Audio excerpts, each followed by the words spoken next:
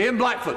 Thank you, Mr Speaker. Can I welcome you to your place? Wish you, all members and staff, give you your, and I associate myself with the remarks of the Prime Minister for our friends in Australia and the tragedy of the Ukrainian airline crash. And, Mr Speaker, we want to see the resumption of democracy in Iraq. We want to see the return to peace. And, of course, we support all measures to make sure that diplomatic efforts can get us to a better place.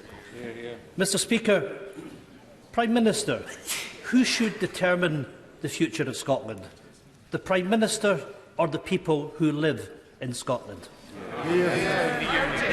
Mr Speaker, I think the answer is very clear. It's the people of Scotland who voted decisively only 4 or 5 years ago to stay members of the most successful political partnership in history by a decisive majority in a once-in-a-generation choice. Ian Blackford. Mr Speaker, this is about democracy. In 2016, the people of Scotland voted to remain in the European Union, yet they're being dragged out of Europe against their will by this Prime Minister.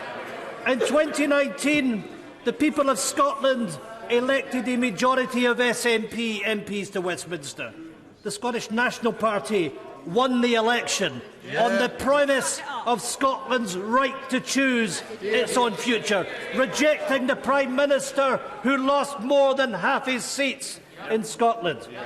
Mr Speaker, today the Scottish Parliament will decline legislative consent to the withdrawal bill we are deliberating later today.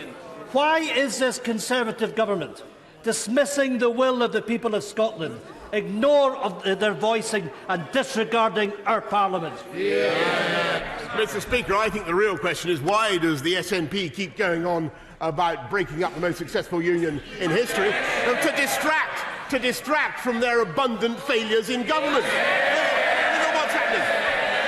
In spite of getting an extra £9 billion, in spite of getting £9 billion a year from the UK Exchequer, which of course they would lose if they were so foolish as to break away, they are mismanaging their healthcare, and you're seeing, I'm afraid, no, it is not the fault of Scottish pupils, but you're seeing Scottish schools falling behind in educational standards.